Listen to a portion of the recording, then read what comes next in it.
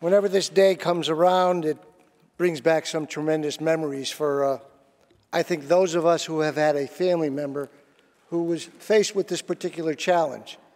And I call it a challenge because there's nobody in this room that is not challenged in one way or another. Their challenge may be heightened a little bit, and it's something that's more of an appearance thing, but it brings back the wonderful memories of my brother Joseph Tedisco, who at 15 years of age succumbed to leukemia back in 1975, many years ago. And I think about him, and if he was alive today with childhood leukemia, in the direction we've taken with the scientific knowledge, the medical knowledge, and the technical knowledge now, my father wouldn't have been with him, with us in the outer room, stroking his head in the hospital as he suffered through this terrible, tragic death he had from leukemia at the age of 15. I think if he was here today, or had been born a little bit later.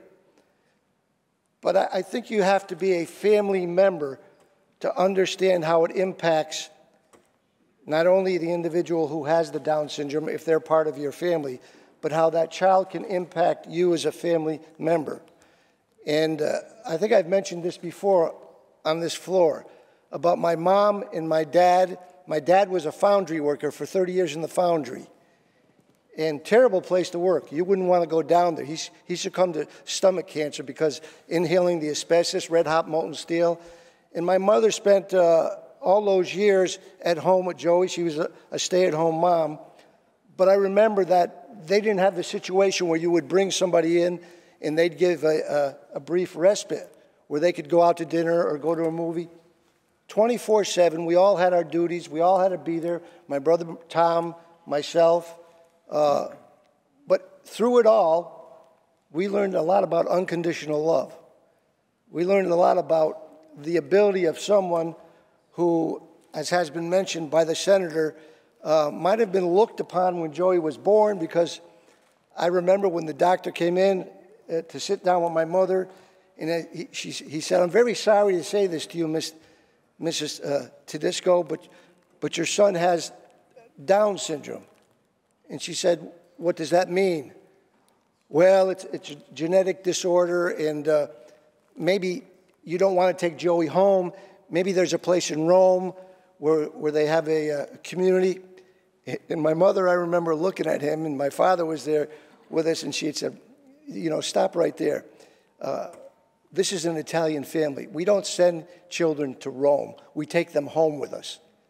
And we took Joey home with us, and he taught us some tremendous lessons as a family. The sacrifices you have to make for each other, but the gifts you get back from learning from someone who probably today could have had so much more enhanced skills, because we've come such a long distance in terms of respecting diversity and differences in people. We talk about that every day here. Cultural backgrounds, genders, sexual orientation, all those things. But I don't think we talk about it enough maybe with what we might call disabilities. And I don't think we should even use that word for people who are challenged. Because Joey was challenged, and all those children with Down syndrome are challenged. But everyone in this room, if you want to say you're challenged, you have a disability too. So I think we got to stop using all those words and say these are challenged children, just like other children are challenged. But I see them acting on TV.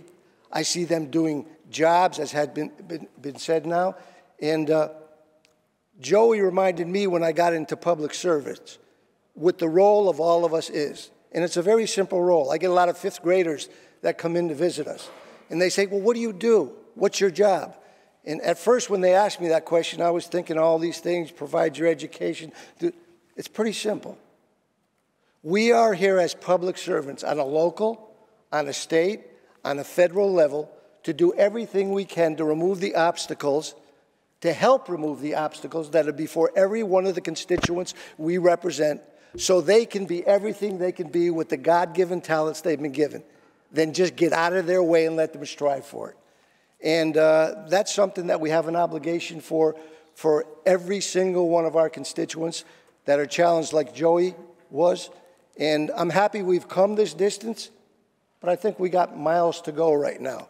And when we talk about what's happening with those children, they're challenged just like everyone else is challenged, and we have to open up the world to them even more than it's opened up now.